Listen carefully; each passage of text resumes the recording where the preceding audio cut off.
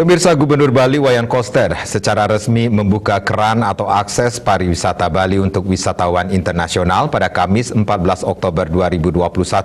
Pembukaan ditandai dengan jumpa pers oleh Gubernur Bali Wayan Koster dan Wakil Gubernur Cokorda Oke Arte Adane Sukawati bersama Forkopimda Bali di pintu kedatangan internasional Bandara Internasional I Gusti Ngurah Rai.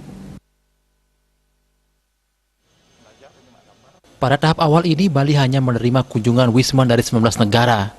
Adapun 19 negara dengan resiko COVID-19 rendah di level 1 dan 2 yang diizinkan memasuki Bali, diantaranya Saudi Arabia, United Arab Emirates, Selandia Baru, Kuwait, Bahrain, Qatar, Tiongkok, India, Jepang, Korea Selatan, Liechtenstein, Italia, Prancis, Portugal, Spanyol, Swedia, Polandia, Hungaria, dan Norwegia. Gubernur Bali Wayan Koster menjelaskan, wisman dari negara-negara yang dibolehkan harus memenuhi sejumlah persyaratan. Di antaranya sudah vaksinasi lengkap 2 kali suntik, mempunyai hasil negatif uji swab PCR H-3 sebelum keberangkatan, mengisi aplikasi e-hack internasional yang diintegrasikan dengan aplikasi Peduli Lindungi dan aplikasi Love Bali.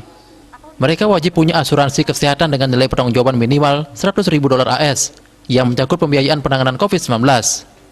Saat tiba di Bandara Ngurah Rai, harus menunjukkan dokumen lengkap sesuai aplikasi e-hack, persyaratan keimigrasian, dan mengikuti uji swab PCR. Persyaratan keberangkatan bagi wisatawan mancanegara yaitu sudah vaksinasi lengkap atau 2 kali suntik. Kalau untuk vaksin merek Johnson & Johnson, 1 kali itu sudah masuk kategori lengkap. Kemudian hasil negatif uji swab PCR H-3 sebelum keberangkatan, mengisi aplikasi e-hack internasional yang diintegrasikan dengan aplikasi Peduli Lindungi dan aplikasi Love Bali, dan memiliki asuransi kesehatan dengan nilai pertanggungan minimal $100.000 yang mencakup pembiayaan penanganan COVID-19. 5. Persyaratan kedatangan di Bandara I Gusti Ngurah Rai harus menunjukkan dokumen yang sudah terisi lengkap sesuai aplikasi e-hack, kemudian persyaratan keimigrasian, dan mengikuti uji swab PCR di Bandara I Gusti Ngurah Rai. Waktu menunggu hasil uji swab PCR sekitar 1 jam. Selama menunggu hasil uji swab PCR, wisatawan berada di zona yang telah ditentukan oleh otoritas bandara, tidak diizinkan keluar bandara. Gubernur asal Desa Sembiran Buleleng ini juga memaparkan bila hasil tes PCR positif tanpa gejala, gejala ringan, sedang dan berat, maka wisatawan dibawa ke rumah sakit yang ditentukan Pemprov Bali untuk menjalani perawatan atau isolasi. Sedangkan hasil tes PCR-nya negatif, maka dibawa ke hotel yang ditentukan Pemprov Bali untuk menjalankan karantina selama 5 hari. Selama itu, wisman hanya boleh beraktivitas di wilayah hotel. Pada hari keempat, wisman kembali mengikuti tes swab PCR.